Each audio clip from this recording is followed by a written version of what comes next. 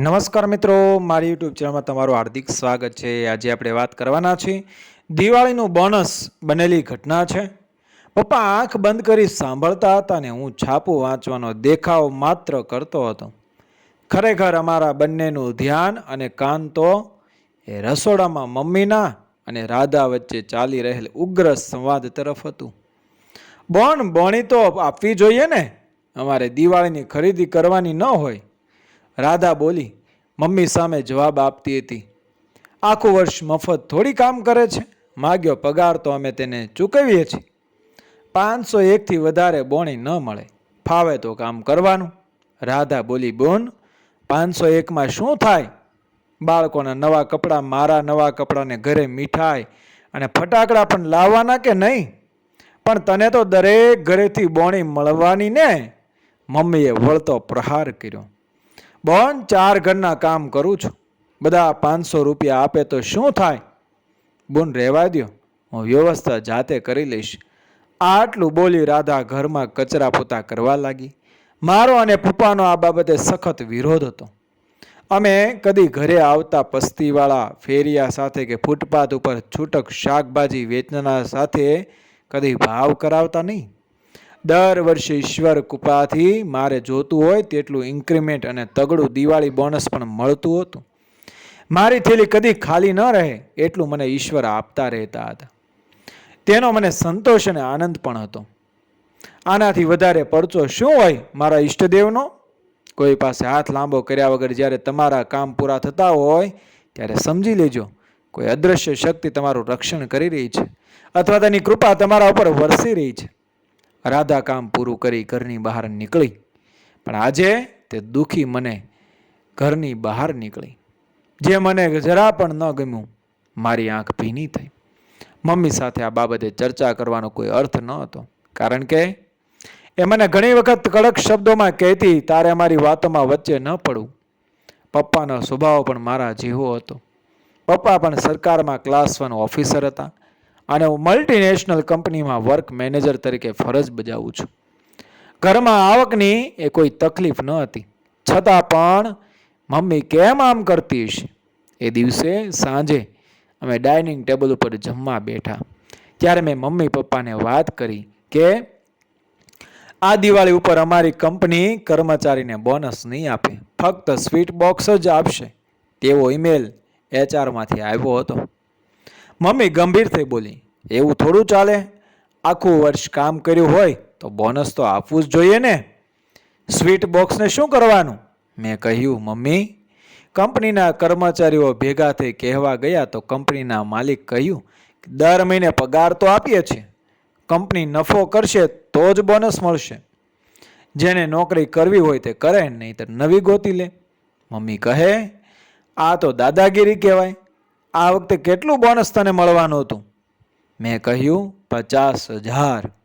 Mummy નિરાશ થઈ જમવા લાગી। હું હસતો હસતો ઊભો થયો। પપ્પા મમ્મીને પગે લાગ્યો।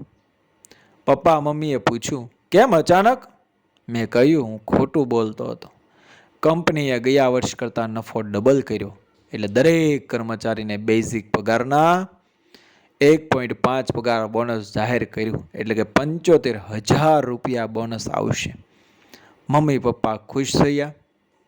મેં મમ્મીને કહ્યું, મમ્મી, ખરાબ ન લગાડતી, પણ તારા દીકરાને બોનસ મળે તો ખુશી થાય, તો આપણા ઘરે કામ કરતી રાધાને બોનસ મળે તો એ અને તેનો પરિવાર ખુશ ન થાય?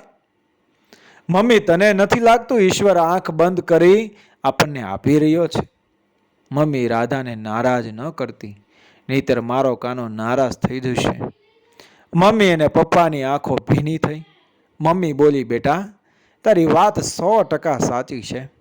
આપણા આનંદ શાંતિ પાછળ ઈશ્વર કૃપા તો ખરી, પણ કોઈની દુઆ પણ છુપાયેલ હોય છે, જે દેખાતી નથી તેનો અનુભવ થાય છે। મને મારી ભૂલ સમજાય છે। પપ્પા બોલ્યા, બેટા, મને ગર્વ છે તારા પર। મંદિરોમાં દાન દક્ષિણા આપવા કરતાં આપણી નજર સામે 365 દિવસ આપણું કામ કરતા લોકોને સાચવી લેશું તો ઈશ્વર તેમાં પણ ખુશ રહેશે। ઈશ્વર તો કોઈની ઉપર કૃપા વર્ષવા માધ્યમ ગોતતો હોય છે, અને એ માધ્યમ તરીકે જો આપણને પસંદ કરે તો સમજી લેવો આપણો માનવ જન્મ સફળ થયો.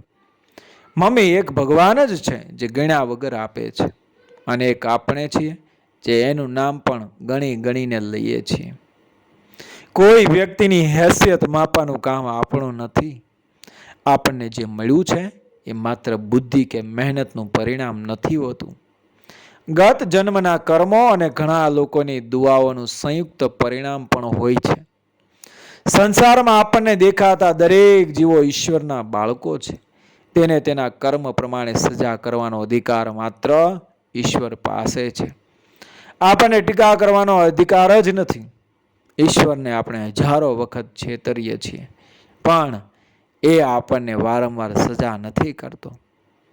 પણ જે દિવસે સજા કરવાના મૂડમાં બેઠો ત્યારે છોતરા પણ કાઢી નાખશે અને પથારી પણ ફેરવી નાખશે.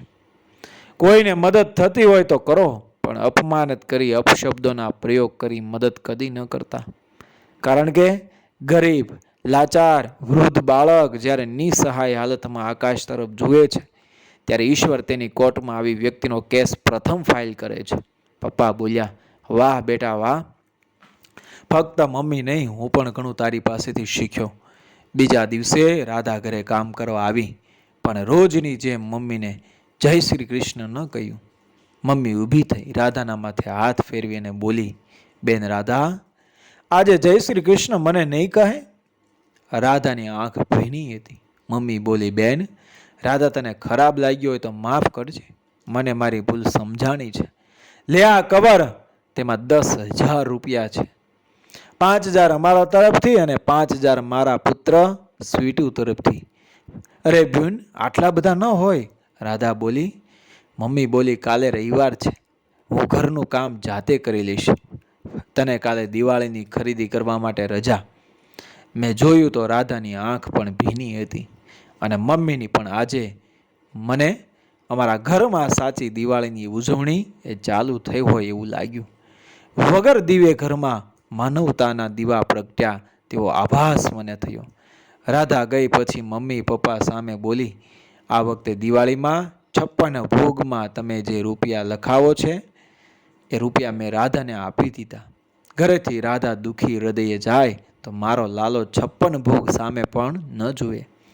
આમાં મમ્મીના બદલાયેલા સ્વભાવ સામે ભીની આંખે જોતા રહ્યા. જ્યોત જલે, તમારી નાની મદદ કોઈના ઘરના દિવાળીના એ દીવા પ્રગટાવશે.